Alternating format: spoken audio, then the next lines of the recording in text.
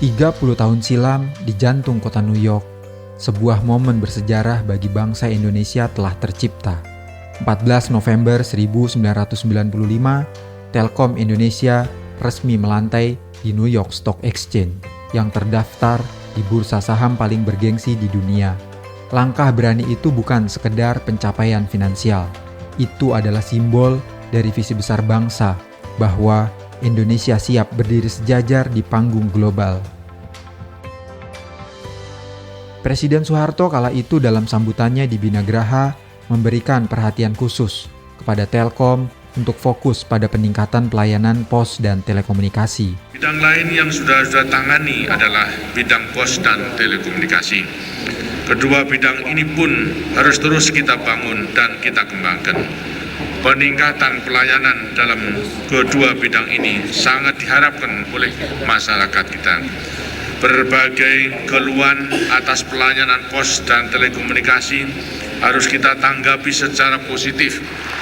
Terdaftarnya Telkom di New York Stock Exchange membawa angin segar, sekaligus membangun Golden Bridge bagi perusahaan-perusahaan di Indonesia yang ingin mendapatkan dana segar bagi perusahaan untuk pengembangan usaha dan melakukan ekspansi bisnisnya. Keuntungannya kalau udah public listed company, itu kita akan disiplin transparan. Karena itu yang merubah betul-betul cara tata kelola perusahaan. Oleh karena itu, di dalam BUMN seperti Telkom dulu, itu kita paksakan, dan kita listednya atau terdaftarnya pun tidak hanya di Indonesia, tapi terdaftar juga di New York Stock Exchange, London Stock Exchange, dan juga di Tokyo Stock Exchange. Telkom terus bertransformasi dari penyedia layanan telepon menjadi pemimpin digital ekosistem yang menghubungkan seluruh negeri. Sejak saat itu, jaringan Telkom menjangkau lebih dari 17.000 pulau, menghubungkan jutaan masyarakat, bisnis, dan pemerintahan. Telkom menghadirkan solusi digital untuk setiap aspek kehidupan di sektor komunikasi, hiburan, pendidikan, kesehatan, hingga layanan publik. 3 dekade Telkom melantai di New York Stock Exchange bukanlah akhir dari perjalanan, tetapi awal babak baru dalam misi membangun digitalisasi di Indonesia. Telkom terus memperkuat posisinya di dunia global, mendorong pertumbuhan ekonomi, dan memberdayakan setiap insan untuk maju bersama teknologi.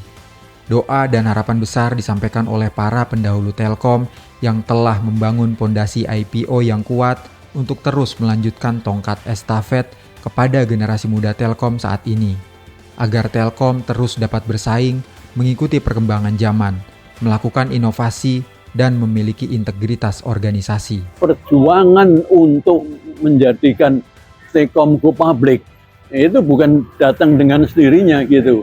Itu banyak hal yang harus dilakukan. Semua segi harus berperan dan bisa yang meyakinkan.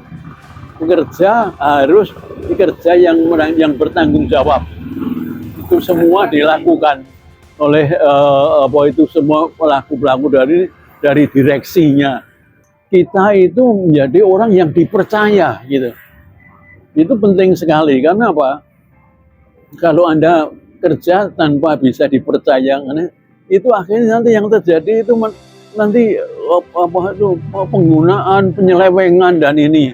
Nah, pada waktu kita itu nggak ada namanya penyelewengan itu, dan semua berperan secara aktif dan bertanggung jawab. IPO membawa kita untuk transparansi dan juga open, tapi tidak stop di situ. Orang anak-anak muda tidak hanya melihat apa yang kita kerjakan dulu, tapi apa yang pasar itu butuh, gitu ya. Itu sebetulnya sangat penting gitu. Jadi kita harus lihat ke depan. Kalau perlu dulu itu dikatakan bahwa kalau kita mau maju, kita harus lihat teknologi 10 tahun ke depan, baru kita akan survive. Itu aku minta. Jadi tidak hanya kerja keras, tapi working smart and see what is open for us. Dan saya kira Telkom maupun Telkomsel dalam hal ini, karena itu kan anaknya, untuk really melihat masa depan. Tentu setelah perusahaan menjadi publik, maka kita akan membawakan suatu spirit tentang kebersamaan, tentang bagaimana melakukan perusahaan secara good corporate governance, keterbukaan, dan juga profesionalisme.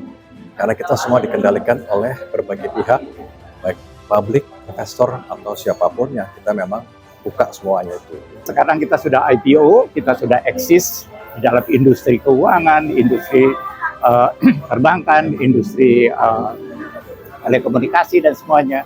Mudah-mudahan ini menjadikan titik awal dari sebuah perusahaan yang dulu dianggap sederhana, bahkan ada orang yang mengatakan primitif, menjadi sebuah world class operator yang bisa mengembangkan bisnisnya tidak hanya semata-mata telco, tapi mengikuti ke arah kemana bisnis digital, sehingga bagian koordinasi bukan jalan sendiri ya. Jadi perusahaan memang harus berkoordinasi dengan berbagai macam pihak untuk bisa mengambil keuntungan dari dunia digital bisnis. Generasi muda memang menjadi harapan bangsa gitu, kalau bangsa itu ya, kalau perusahaan juga demikian. Semoga generasi-generasi penerus Telkom bisa membawa Telkom lebih berjaya lagi, membawakan Telkom jadi kebanggaan bangsa. Dan memang pesan dari yang lebih senior, kurang lebih ya intinya semoga bisa estafet kejayaan daripada Telkom yang sudah dirintis oleh senior-senior terdahulu, terus bisa ditularkan sampai ke generasi-generasi yang akan datang. Dan yang penting, terus terjaga solidaritasnya, persatuan dan kesatuannya. Sukses buat Telkom, buat para pensiunan Telkom, dan khususnya ini para alumni IPO Telkom. Saudara, 30 tahun yang lalu, kami, Direksi PT Telkom, periode 1992 sampai dengan 1996, mempunyai cita-cita yang kami laksanakan dalam rangka merubah budaya kerja PT Telkom untuk menuju ke world class operator, dan sekaligus juga kami menginginkan adanya jembatan emas, Golden Bridge, ke pasar modal dunia yang saat itu memang sangat membutuhkan modal-modal atau modal kerja untuk pembangunan. Pertimbangan itu menjadi dasar mengapa 30 tahun yang lalu PT Telkom menyatakan go public. 30 tahun telah berlalu, namun hendaknya disadari oleh generasi penerus bahwa IPO, Initial Public Offering Telkom, bukannya tujuan, tetapi merupakan alat untuk menuju tadi seperti saya katakan world class operator, dan dengan masa depan yang banyak akan persaingan terjadi. Oleh karena itu, saya berharap bahwa generasi yang akan datang bisa meneruskan cita-cita itu. Budaya korporasi yang betul-betul profesional sangat dibutuhkan menghadapi persaingan sangat ketat yang pada saat itu baru kami bayangkan, karena pada waktu itu Telkom masih monopoli. Saudara, menjelang ulang tahun ke-30 yang tinggal beberapa hari ini, suasana Telkom yang justru seharusnya gembira, merebaklah aroma bisa dikatakan kelam. Ya. Karena terutama setelah pimpinan Danantara sebagai induk dari PT Telkom menyatakan bahwa banyak masalah yang harus dibenahi oleh direksi PT Telkom yang baru, dan itu hal yang sangat mengkhawatirkan, ya, sesuatu hal yang mungkin harus kita tangani bersama. Di antaranya itu adalah adanya kurang lebih 63 permasalahan, ya, yang harus diselesaikan, terutama di tingkatan-tingkatan anak perusahaan. Sementara itu, saya memperhatikan bahwa pembentukan anak dan cucu usaha itu tidak berdasarkan bisnis judgment yang profesional, sehingga jumlahnya dan sekarang menjadi beban. Oleh karena itu menjadi catatan Danantara.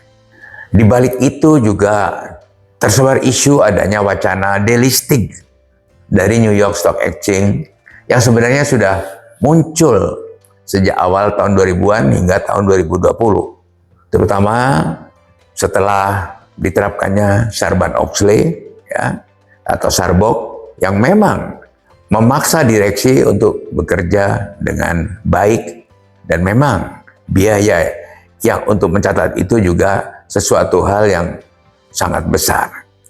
Namun seharusnya akan bisa tertutup apabila jembatan emas yang ke pasar uang dunia itu bisa dioptimalkan, bisa dimanfaatkan untuk menerbitkan obligasi atau mungkin juga menawarkan lagi saham-saham baru, sehingga semua pembangunan yang direncanakan oleh PT Telkom akan bisa dipenuhi. Saya berharap ya bahwa cita-cita kami para pejuang IPO yang menginginkan adanya perusahaan yang profesional ya dengan berintegritas itu bisa dipelihara dengan baik oleh para generasi penerus. Ini sesuatu hal yang kita harapkan dan tantangan sangat banyak sekali, dan tolong jangan sampai terjadi delisting. Kita beruntung bahwa delisting itu bisa dicegah karena memang pemerintah, dalam ini Kementerian BUMN, tidak setuju. Pemerintah menyadari bahwa sangat besar usaha ya, dan tantangan pada waktu menyiapkan itu. Banyak masalah dan antara pada saat Telkom sudah listed di New York. Apalagi kalau sampai tidak listed, bisa terbayangkan akan apa yang terjadi, mungkin lebih buruk daripada saat ini. Ya, oleh karena itu, kita berharap bahwa ini semuanya ditaati, dan saya juga berharap semoga direksi PT Telkom Tbk di bawah kepemimpinan Mbak Dian Siswarini itu dapat menyelesaikan tugas-tugas ini dengan baik dan juga tidak menimbulkan kekeruhan. Istilahnya adalah dapat ikannya nggak keruh airnya, memperbaiki semuanya sehingga kita tetap dalam hal ini bertahan di New York Stock Exchange, dan mari kita optimalkan. Saya kira itu harapan saya sebagai pendahulu. Wish you every success and good luck, Mbak Dian. Terima kasih. 30 tahun perjalanan di New York Stock Exchange adalah bukti keberanian putra-putri terbaik bangsa, bahwa dengan keberanian, visi dan inovasi membawa Indonesia ke panggung dunia, menjadikan bangsa Indonesia sejajar dengan bangsa lain yang duduk sama rendah dan berdiri sama tinggi. Telkom Indonesia wish you every success and good luck.